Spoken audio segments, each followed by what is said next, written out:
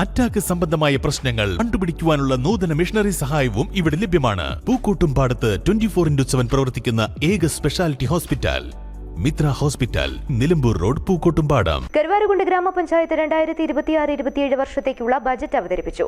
പശ്ചാത്തല വികസനം, കാർഷികം, കുടിവെള്ളം, ഭവന നിർമ്മാണം തുടങ്ങിയവയ്ക്ക് ഊന്നൽ നൽകിയുള്ള ബജറ്റ് ഗ്രാമപഞ്ചായത്ത് വൈസ് പ്രസിഡന്റ് ആനി ഡേവിഡാണ് അവതരിപ്പിച്ചത്.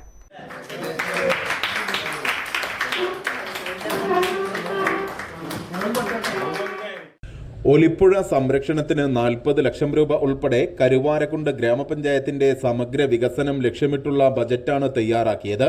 പശ്ചാത്തല വികസനം, സേവനം, ഭിന്നശേഷി ഉന്നമനം, ഭവന നിർമ്മാണം, കുടിവെള്ളം, പാർപ്പിടം തുടങ്ങിയ മേഖലകൾക്കും ഊന്നൽ നൽകും. ഗ്രാമപഞ്ചായത്ത് വൈസ് പ്രസിഡന്റ് ആനി ഡേവിഡാണ് ബജറ്റ് അവതരിപ്പിച്ചത്.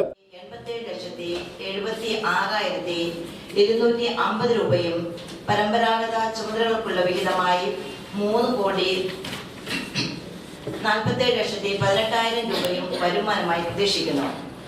ആകെ 52,57,27,447 രൂപ വരവും 18,35,520 രൂപ ചെലവും 34,22,26,927 രൂപ നീക്കിപ്പാക്കിയും ബജറ്റ് വർഷം കണക്കാക്കുന്നു.